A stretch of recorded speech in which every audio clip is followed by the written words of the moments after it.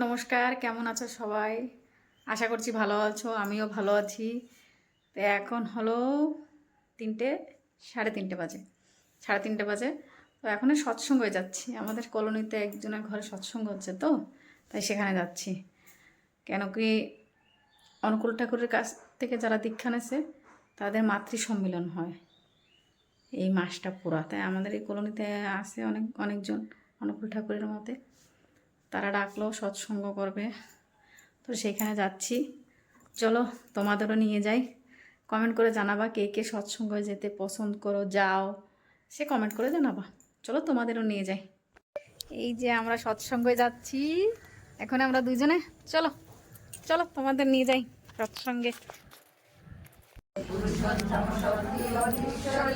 পূর্ণ ব্রহ্ম নিত্য জগৎ জগৎ ঈশ্বরী কলি যুগে লোকে ভরিয়া গমন ষোড়শী দেবীর রূপ করিয়া ধারণ অন্নপূর্ণ পুরুষেরা ধন্য দেশবাসী।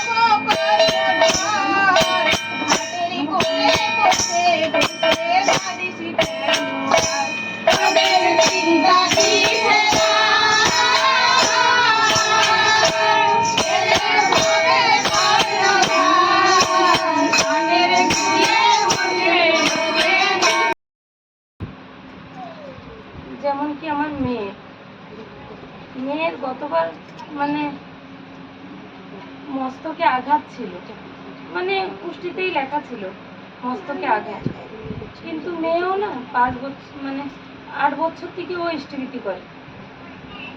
ইষ্টভীতি করাতে ও বলে কি মা, ও শুধু করেই যেত, কিন্তু আমি ওকে বলেছি, ওকে সাইকেলও দেইনি, যে কি না গতবারের আগের বার হবে, কিন্তু মানে মস্তকে আঘাত মানে বড় কিছু হইতে পারতো, কিন্তু ছোট ওই পিছনে মুরগির ঘরের উপরে ট্রে পড়ে ওর মাথায় মানে অল্প একটু কেটে গিয়ে মানে রক্ত বেরোলো।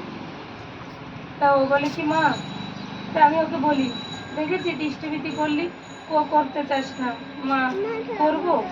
তা আমি ইষ্টভীতিটা কি আমাদের রক্ষা কবচ, যে আমরা বলি না ঠাকুরকে কি দিচ্ছি, ঠাকুরকে আমরা দেয়ার কে, আমরা দিতে পারি, 1 দিলে 10 রিটার্ন পাই, তা কি আমরা চেয়ে কেন নেব?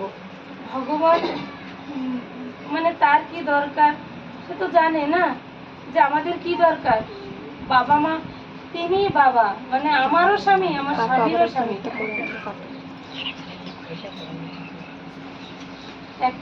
একটা ট্রেনের ঘটনা একটু বলি। এক দাদা ঠাকুর বাড়ি থেকে আসছিলেন, পুরে নাম করো, ইষ্টভীতি করো, যে যেই মত পথে থাকো না কেন, তার সবারই এক একটা ইষ্টভীতি থাকে, ঠাকুরের নাম থাকে, সেটা করে যাও। আর আমি তো মানে পড়েছিলাম কোন একটা কোনায়, এই পুতুল মা লক্ষ্মী এমনিভাবে সত্যানুসরণ পাঠ করতে হয়, নারী নীতি পাঠ করতে হয়, করিয়ে করিয়ে মানে ঠাকুরকে ভালোবাসি, মানে ঠাকুর শুধু দীক্ষা নিয়ে পড়েছিলাম, এই পুতুল মা যে লক্ষ্মী এমনিভাবে করতে হয়। হয়তো ঠাকুরের দীক্ষা নিয়েছি মাধ্যমণি ঠাকুরকে জানার, এখনো জানি কি টাকা পয়সা মানে কোনো কিছু নয়, তিনি আমার সব। আমি আমার পরের মায়েরা বলবে, কিছু ভুল ত্রুটি হলে ক্ষমা করে বলন কি করে চলতে হয়, কি করে বলতে হয়, এগুলো আমরা সঠিক রাস্তা জানি না। জানার জন্য আমাদের ইষ্ট ধরতে হয়, ইষ্ট না ধরলে সেই চলনটা আমাদের প্রকৃত চলা হয় না। চলার পথে আমাদের পদে পদে ভুল, যেমন ছোট একটি বাচ্চা মার হাত ছেড়ে দিলে এদিকে ওদিকে হয়ে যায়, আমরাও কিন্তু সেইভাবে মানে ঠাকুরের হাত ছাড়লে, আমরা তার রাস্তা ছাড়লে আমরা এদিকে ওদিকে হয়ে যাই, আমাদের মন চঞ্চল সদা সর্বক্ষণ। কিন্তু আমরা সেই ভুল পথে গিয়ে আমাদের সেই যে আঘাতগুলো আমাদের সইতে হয় তার জন্য ঠাকুরেরও মনে আঘাত লাগে। যেমন বাবার হাত ছেড়ে দিলে বাচ্চা যেমন কষ্ট পায় পড়ে গিয়ে, তেমনি ঠাকুরও আমাদের জন্য খুব কষ্ট পান, কিন্তু আমরা তার কথা মানি না, চলি না। সেখানে চলন কত সুন্দর, তুমি আমার সঙ্গে চলো। বললো ঠিক আছে, আমি বিজনেস পরে করবো, আগে আপনার সঙ্গে আমি সেই ঠাকুর বাড়িতেই যাব। দাদার সঙ্গে গেলেন, পয়সাপত্র তো সঙ্গে ছিল তখন। গেলেন, যাওয়ার পরে ঠাকুর দূর থেকে দেখে বললো, এই ব্রাহ্মণের ছেলে এসছে, দেখো ব্রাহ্মণের ছেলে এসছে। ও বললো, আমি তো একজন মুসলমান, আমাকে কেন ব্রাহ্মণের ছেলে বলছো? বললো কি যে না, আমি ব্রাহ্মণ নই, আমি মুসলমান। তা ঠাকুর বললো, না রে, তুই মুসলমান না, তুই একটা ব্রাহ্মণের ছেলে, তুই অমুক গ্রামে ছিলি, ব্রাহ্মণের ঘরের ছেলে ছিলি তুই। তোর বাবা ছিল, নাম ধরে বললো, তোর বাবা অমুক ছিল, তোর বউ ছিল মাঝে এই না না 24তম দিবস শ্রাবণ মানে 24 দিনই ডেলি আমাদের মাতৃসম্মান চলছে। আমরা এই যে মায়ের মাসটা পালন করছি, মা শ্রাবণ মাসে 14ই শ্রাবণ মায়ের জন্মদিন ছিল 14ই শ্রাবণ, কৃষ্ণা দ্বাদশী রবিবার সকাল 8টা 5 মিনিটে মায়ের জন্ম, 8টা 50 মায়ের জন্ম ছিল। যা হোক, আমরা সেই মাসটা পালন করি। আমরাও যেন লক্ষ্মী মায়ের মতো, আমরা লক্ষ্মী মাকে, এই যে আমার আগে যে মা আলোচনা করে গেলেন তার পূর্বেও মা আলোচনা করেছেন, আমরা সেই লক্ষ্মী মাকে ধরেই আমরা এই শ্রাবণ মাস পালছি। আর আমরা যেন সবাই যেন সেই লক্ষ্মী মায়ের মতো হতে পারি।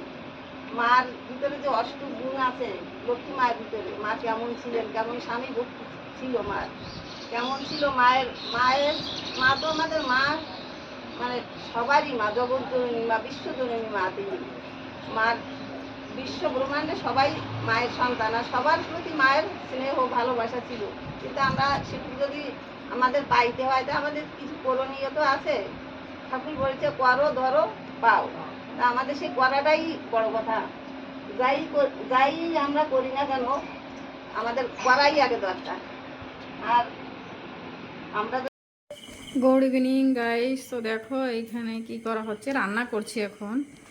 ভাত হচ্ছে আর ডিম আলু সিদ্ধ করছি। এখন ডিম আলুর ঝোল করব, এটাই করব এখন আর কি। তাহলে ভিডিওটা এখানেই শেষ করি। সবাই ভালো থাকবে, সুস্থ থাকবে, সাবধানে থাকবে।